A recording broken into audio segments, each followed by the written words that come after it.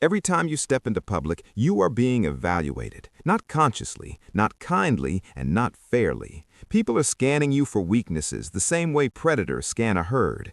They are not asking, is this person good? They are asking, is this person safe to exploit? And most people unknowingly answer that question for them through behavior.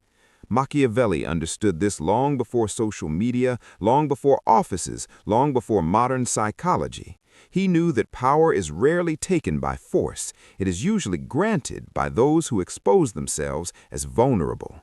What follows are not moral judgments. They are signals, signals that tell the world whether you are a threat or prey.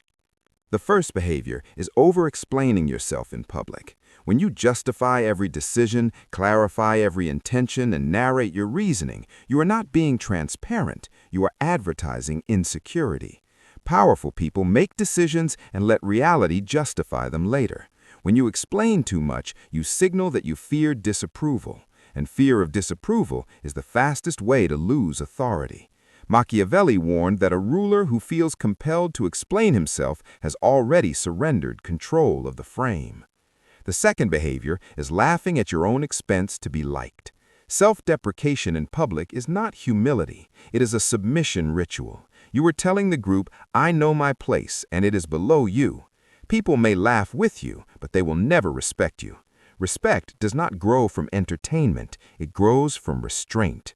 Those who joke themselves into acceptance are remembered as clowns, not leaders. The third behavior is reacting emotionally when challenged. Anger, defensiveness, visible irritation, these are tells. They reveal where you are fragile.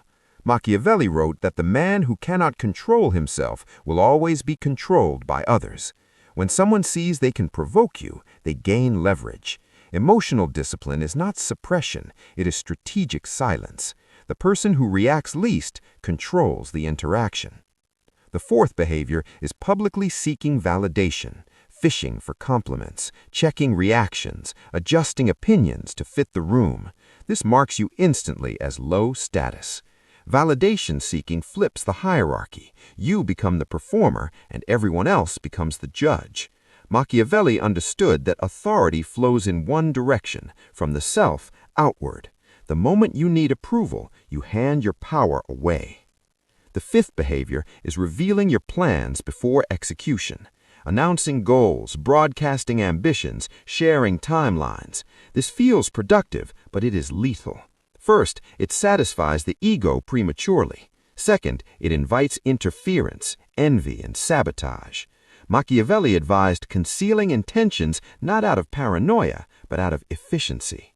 Mystery protects momentum. Results command respect. Words do neither.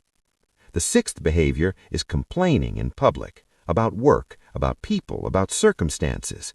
Complaints communicate helplessness. They signal that you are overwhelmed by reality instead of shaping it.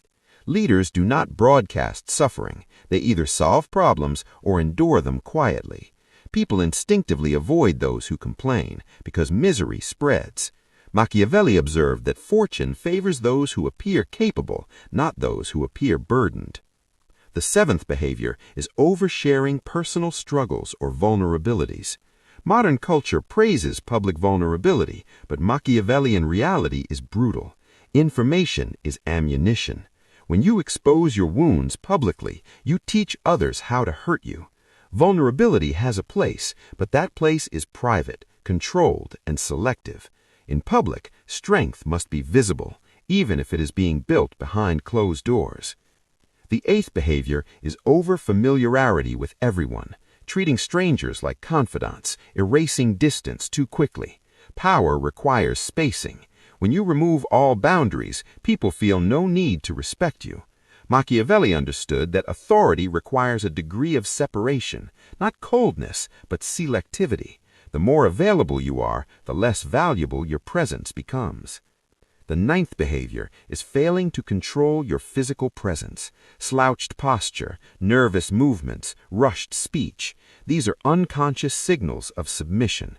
Before you speak, your body has already spoken for you. Predators notice posture first, pace second, tone third, words last. Machiavelli knew that perception precedes reality. If you look weak, you will be treated as such, regardless of your actual capability.